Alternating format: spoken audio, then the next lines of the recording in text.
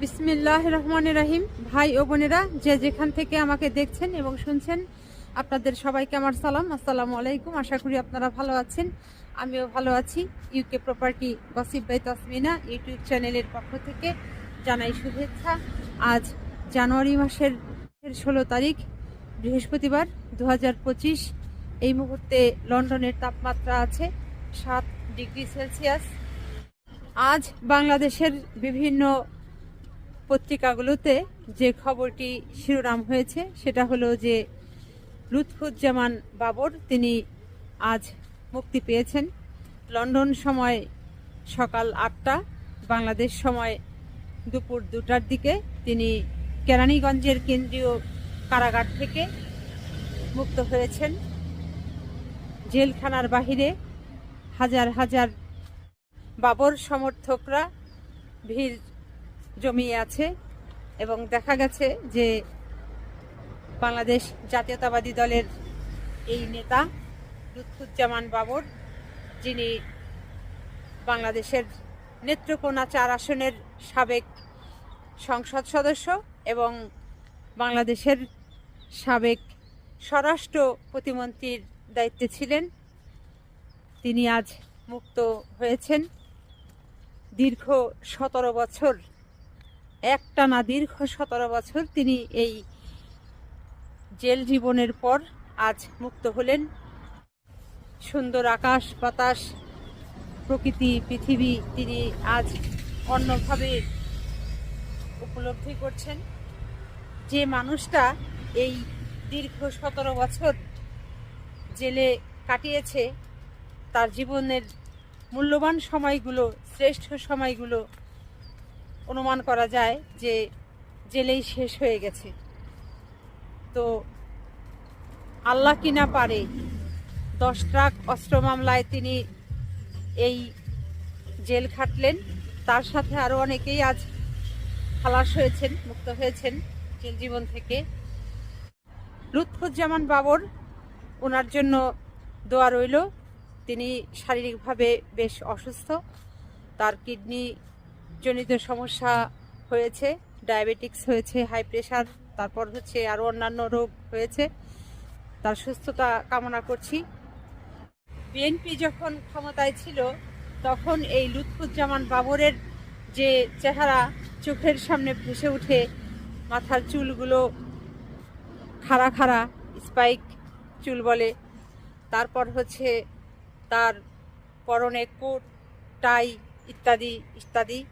আর আজ তাকে যে বেশে দেখলাম, সেই মাথার চুল, স্পাইক চুল, সাদা টুপিতে আবরণ করা, ঢাকা, আর শরীরে সম্ভবত সাদা একটি পাঞ্জাবি, তাকে দেখে আসলে খুব ভালো লেগেছে। এই পৃথিবীতে একমাত্র সম্মানের মালিক হচ্ছে আল্লাহ। তিনি যাকে ইচ্ছা সম্মান দান করেন, তিনি যাকে ইচ্ছা সম্মান দান করেন না। আজ দেখেন এই জনাব বাবর সাহেব, তিনি জেল থেকে বের হবার পর শত শত হাজার হাজার লক্ষ লক্ষ মানুষের উপচে পড়া ভিড় এই জেলখানার গেটে। এই বাবর সাহেবের গলায় মালা রাখবার জায়গা নেই। এটি যে কত বড় সম্মানের, আর এই সম্মানটা তাকে কে দিল? একমাত্র আল্লাহ তাকে দিল। আর অপরদিকে আপনারা চিন্তা করে দেখেন যে সম্প্রতি বাংলাদেশ থেকে কত মানুষ কতভাবে বেজ্জুত হয়ে বাংলাদেশের বাহিরে পালিয়ে চলে গেছে, দেশান্তরী হয়েছে। এখন বাংলাদেশ ছেড়ে অন্য দেশে কিভাবে আটককৃত অবস্থায় তারা জীবনযাপন করছে। তাহলে এই দুটোর মাঝে হিসাব করলে আকাশ আর পাতালের যে ব্যবধান, পার্থক্য, সেটি আসলে আমাদের চোখের সামনে ধরা পড়ে, ফুটে ওঠে। এবার একটু পেছনের দিকে যাই। এই লুৎফুজ্জামান বাবর, ওনাকে কেন দীর্ঘ 17 বছর জেলে আটক রাখা হলো, শাস্তি দেওয়া হলো?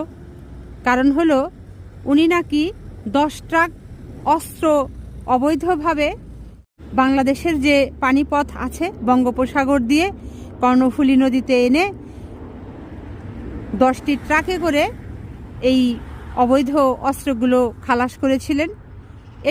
এটি ছিল ওনার অপরাধ। আর এই অস্ত্রগুলো এই বাবর সাহেব তিনি কোথায় দিতে চেয়েছিলেন?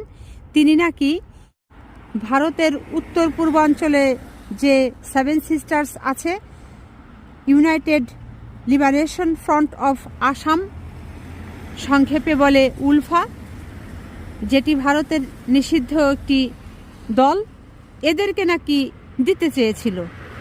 তো যাই হোক, যেটা হবার তো হয়ে গেছে, যে কষ্টগুলো উনি ওনার জীবনে করেছেন সেটি তো আর আসলে উঠে আসবার নয়, ফিরে আসবার নয়। তবে আমার বক্তব্য হলো, যেহেতু এই বাবর সাহেব উনি এখন মুক্ত হয়েছেন, ওনার নামে আর কোনো মামলা নেই। ফেসবুকে দেখছি অনেকেই লিখছে যে বাবর আসছে, ভারত কাঁপছে। কথাটা কিন্তু আসলেই সত্য। এখন চাইব এই বাংলাদেশের পানিপথ দিয়ে, বঙ্গোপসাগর দিয়ে কর্ণফুলী নদীতে যে অস্ত্রগুলো এসেছিল, সেই অস্ত্রগুলো 10টি ট্রাকে করে খালাস করা হয়েছিল। এজন্যই এটিকে বলা হয় যে 10 ট্রাক অস্ত্র মামলা। এখন আমার কথা হলো, এই 10 ট্রাক অস্ত্র মামলা নিয়ে উনি যে কষ্টটা করলেন দীর্ঘ 17 বছর, উনি এখন 10 ট্রাক নয়, উনি এখন এই বাবর সাহেব এখন একেবারে রাষ্ট্রীয়ভাবে ঘোষণা দিয়ে 10,000 ট্রাক লাগলে পুনরায় অস্ত্র আনার ব্যবস্থা করুক।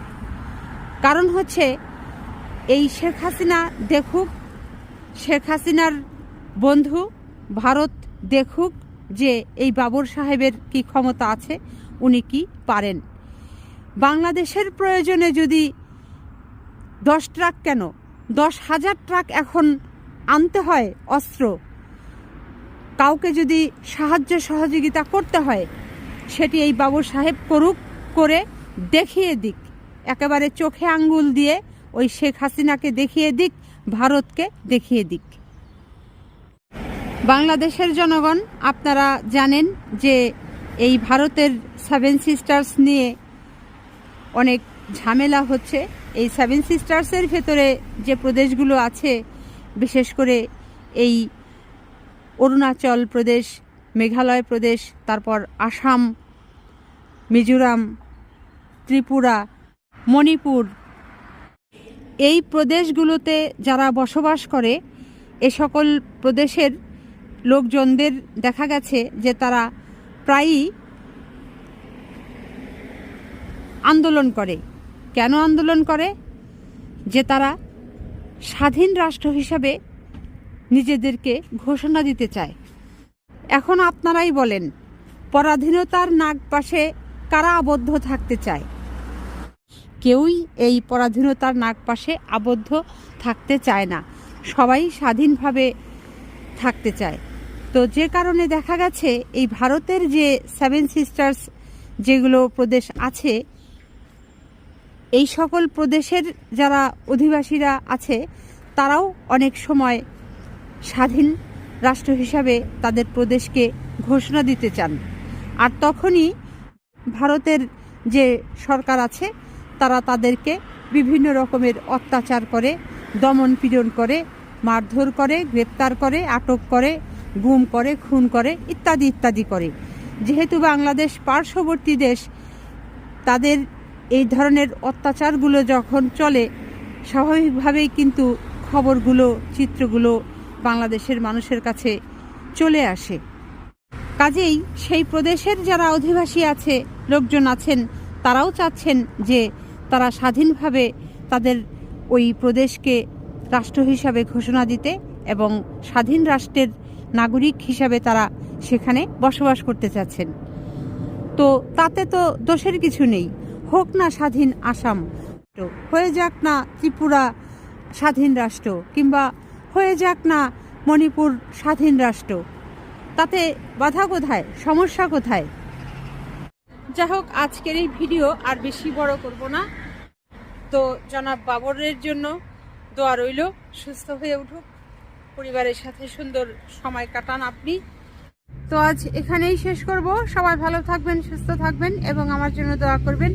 আমার এই চ্যানেলটিতে লাইক, কমেন্ট, শেয়ার এবং সাবস্ক্রাইব করবেন। আসসালামু আলাইকুম, আল্লাহ হাফিজ।